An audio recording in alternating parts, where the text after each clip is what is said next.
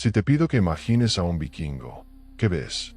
Probablemente a un gigante rubio, sucio, gritando como un poseído y corriendo hacia un monasterio para prenderle fuego.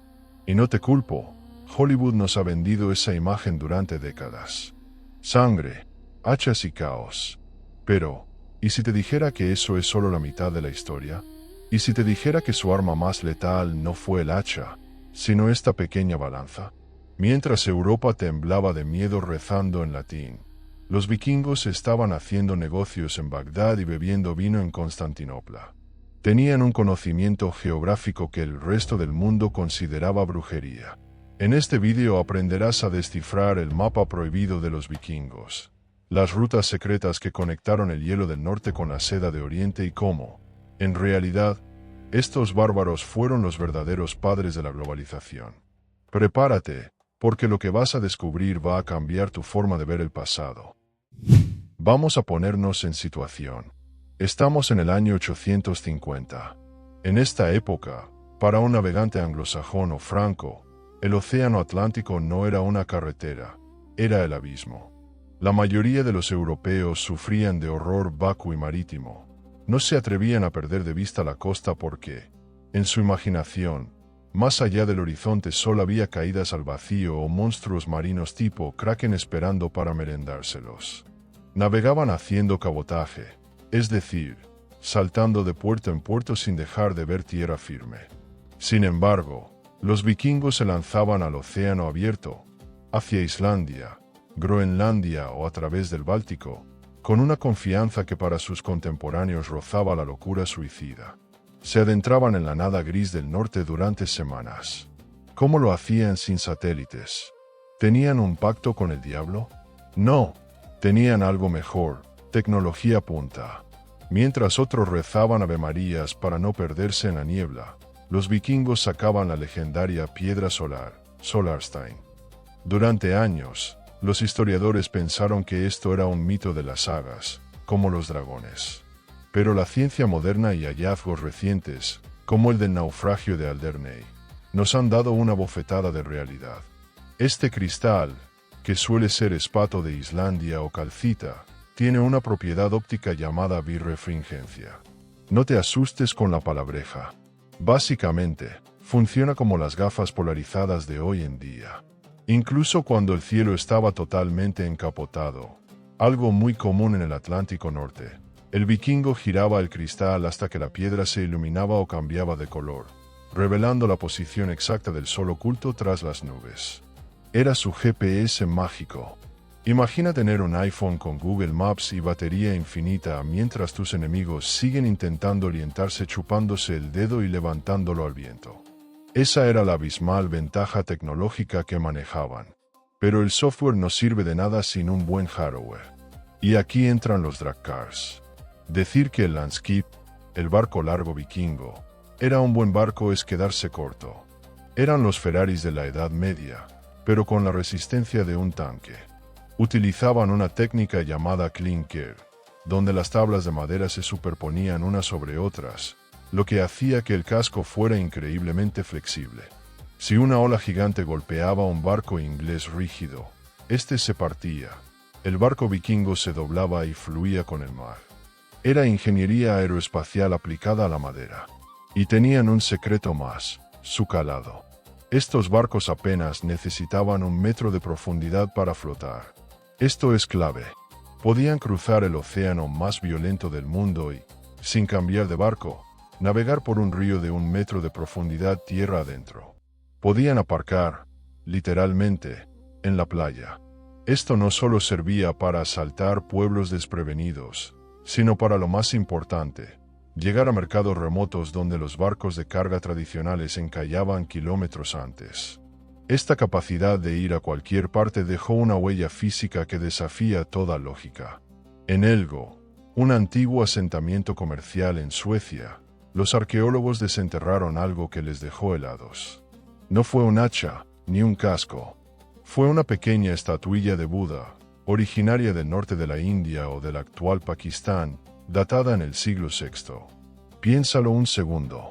Un Buda en la Suecia de los vikingos.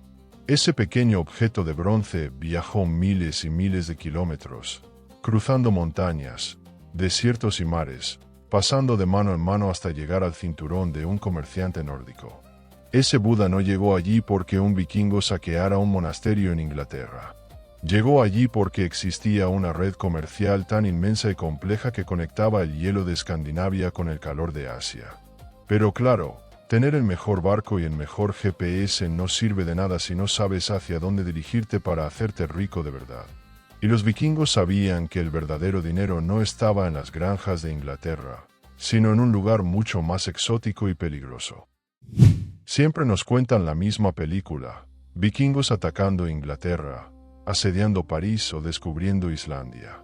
Es la versión pop y occidental de la historia. Pero seamos sinceros, saquear un monasterio en la costa inglesa estaba bien para conseguir unos cuantos cálices y algo de ropa, pero los vikingos más ambiciosos, los verdaderos tiburones de los negocios, sabían que el premio gordo no estaba al oeste. Estaba al este. Hablamos de la ruta imposible. Olvídate del mar abierto por un momento. Imagina navegar por los sistemas fluviales de lo que hoy es Rusia y Ucrania, el Volga y el Dnieper. No era un crucero de placer. Estos vikingos, a los que en el este llamaban Rus, de donde, efectivamente, viene el nombre de Rusia, tenían que hacer algo brutal llamado portaje. Cuando el río se volvía innavegable por los rápidos o simplemente se acababa, tenían que bajarse, descargar toneladas de mercancía y arrastrar sus barcos por tierra sobre troncos rodantes durante kilómetros hasta llegar al siguiente río.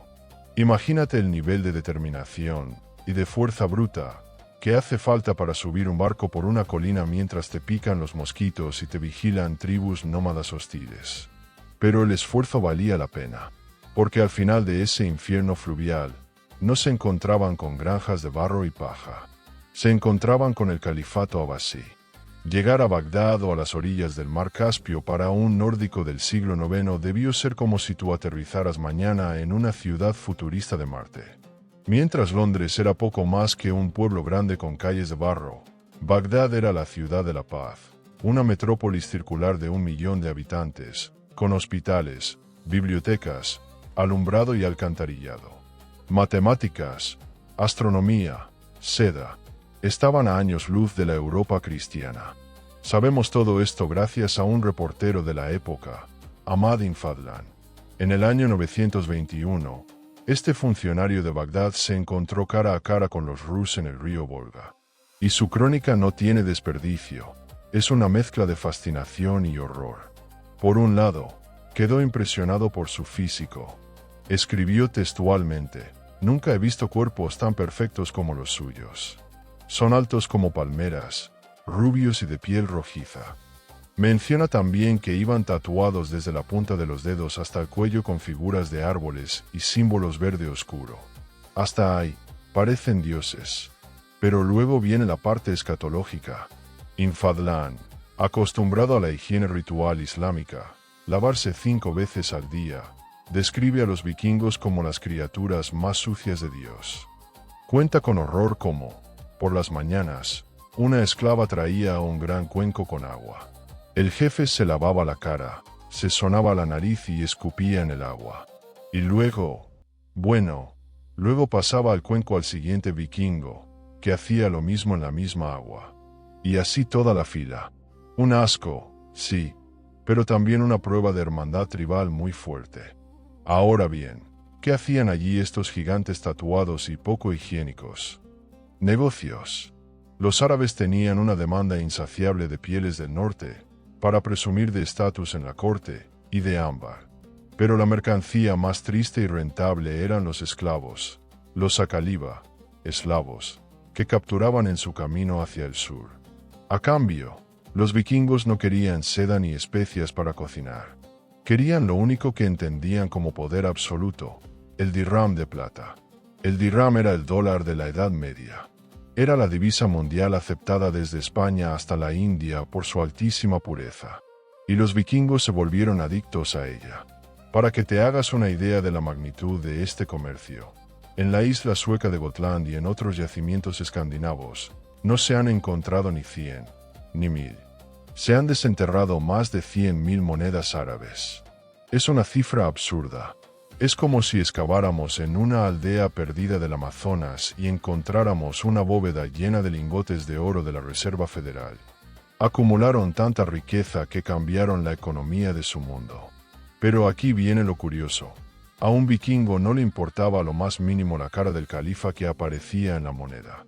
De hecho, para ellos, una moneda no era dinero, era materia prima. Y su forma de usarla es la prueba definitiva de que eran mucho más pragmáticos que cualquier rey europeo. Aquí es donde rompemos el mito definitivo. Si eres coleccionista de monedas, esto te va a doler, pero es necesario que lo sepas.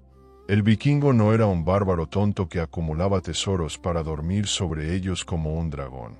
Eran economistas pragmáticos con una mentalidad de mercado brutalmente eficiente. Para un monje cristiano, un cáliz era un objeto sagrado. Para un rey franco, una moneda con su rostro era un símbolo de autoridad. Para un vikingo, ambos eran lo mismo, plata. Nada más. Utilizaban un sistema económico que los arqueólogos llaman axilver o plata picada. Su filosofía era simple. El valor no lo dicta la forma del objeto ni la cara del rey que aparece acuñada. Les daba exactamente igual si la moneda venía de un califa árabe, de un rey de Mercia o de un emperador bizantino. Para ellos, el arte o la política no valían nada. Lo único que importaba, la única verdad absoluta, era el peso y la pureza del metal. Por eso, la herramienta más importante de un vikingo no siempre era el hacha de guerra. Era su balanza portátil. Se han encontrado cientos de estas pequeñas balanzas plegables en tumbas de guerreros, justo al lado de sus espadas. Esto nos dice que el mismo hombre que podía asaltar una playa, se sentaba 5 minutos después a pesar el botín con precisión milimétrica. Imagina la escena. Un vikingo quiere comprar una vaca en un mercado local. Saca un brazalete de plata, una joya artesanal hermosa que tardó semanas en hacerse. El vendedor pide un peso específico. ¿Qué hace el vikingo? Sin dudarlo, saca su cuchillo, taja el brazalete en trozos, lo destroza y pone los fragmentos en la balanza hasta que se equilibra.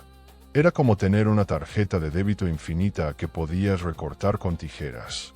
No necesitaban cambio o monedas pequeñas. Ellos fabricaban el cambio destruyendo joyas.